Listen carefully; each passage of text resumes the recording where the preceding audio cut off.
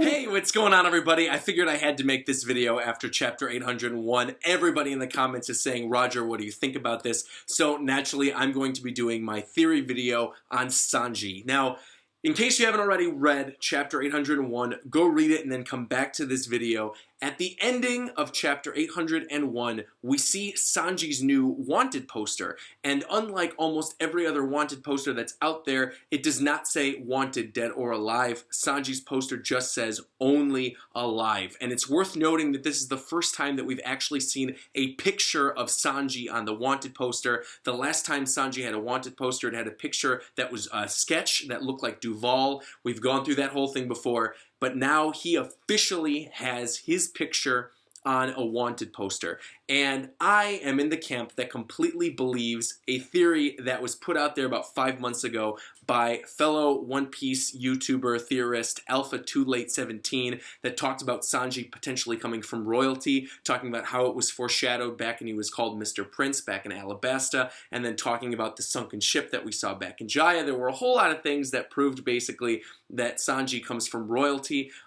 You know, it seemed kind of out there at the time, but now that chapter 801 is out there, it seems to me very likely that he does come from royalty, or that he has the blood of a celestial dragon or someone even bigger. So I advise you guys to go watch his theory video and then come back to this video. We're just going to basically be having a discussion on what this could possibly mean. Why is he wanted alive? Why did his bounty jump so much as opposed to everybody else from Dressrosa, who really only jumped by about 50 outside of Zoro, Usopp, and Luffy, which was obviously to be expected. So what's going on there? I kind of want to talk about this. I have a very clear and concise theory on who I believe Sanji is related to. I do not think that Sanji is from a lost kingdom or that he's a lost prince. I actually believe that Sanji is the long-lost son of the blonde Gorosei, the blonde Elder Star. Now, for those of you guys who don't know who the Gorosei are, they're basically in control of all of the world government.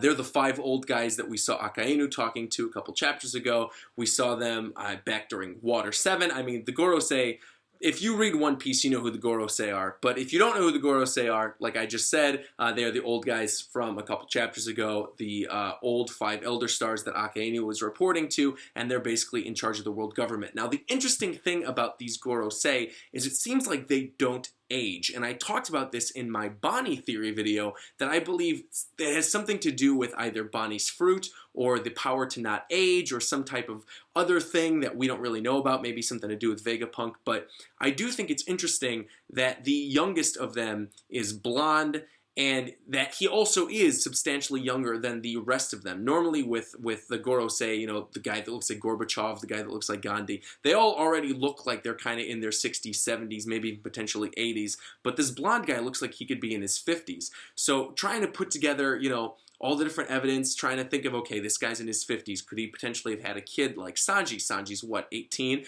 If the guy's in his 50s and he's, you know, basically not going to age from the time we first saw him to the time we saw him now, potentially he could have had a kid, you know, 25 years ago or whatever, 20, however old Sanji is now. I guess Sanji's like 19 or 21. I don't really know. But it's to the point where he easily could have had a kid, and it made sense within the timeline. And Sanji mentioned that he's originally from the North Blue very early in One Piece. We never met Sanji's parents. We know that he was sort of this renegade kid. You know, Zeph took care of him, and then he was raised in the Baradier, and then he did all that cool stuff, and he became a chef.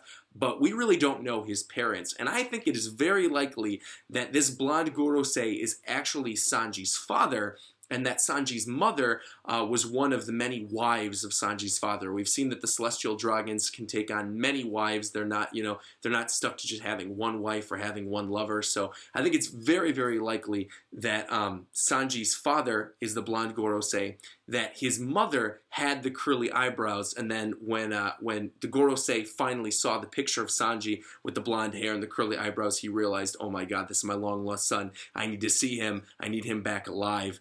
He's important to us. So that is my theory on who I believe Sanji is. There's tons of other theories that are out there that you guys are putting on Twitter and on Tumblr. There's some really cool ones, some crazy out there ones right now too. Some people are talking about how potentially maybe Big Mom fell in love with Sanji and that's how they escaped, and that Big Mom made a call to the government to say, hey, I'm a Yonko, do as I say, I want him alive and I want him brought to me. I don't think that's likely though, because I don't believe that the world government would be working with the Yonko as they work with the Shichibukai, but it could happen. And again, Alpha Too Late's theory about him potentially being a prince on top of being royalty, maybe being like a long-lost prince of, I forgot what the name of the kingdom is, it's something with an L.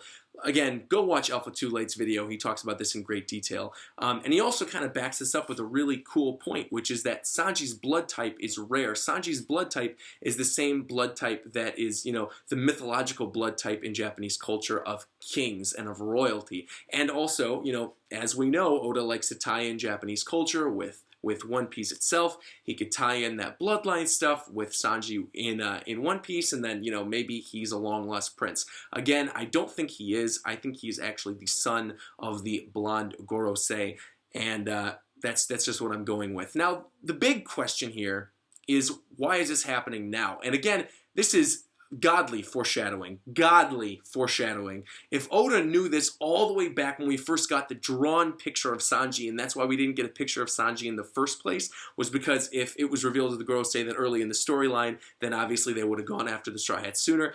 Bro, if that was the foreshadowing there, and it was already godly foreshadowing with Duval when we finally see, you know, Duval, the Iron Mask, unmasked back in Sabaody or Shibundi, whatever you want to call it. And we see him unmasked, and it was the drawn version of Sanji's bounty poster. Everyone was like, that's masterful foreshadowing for this joke. Oda, you're a god. But now, to see the layers to this, and to see that maybe the reason that he didn't actually get his picture was because Oda wanted to shield this from the Gorosei, unbelievable. Absolutely unbelievable. But in this instance, I really want to know in the comments below what you guys think of this only alive thing. I think it's very likely, as I've mentioned numerous times already, that he is royalty, or that he's the son of the Gorosei. I mean, really, the Gorosei are royalty. So if he is the son of the Gorosei and they want him for some reason, I think that makes the most sense. But again, he could be like a celestial dragon. He could just be like a forgotten prince.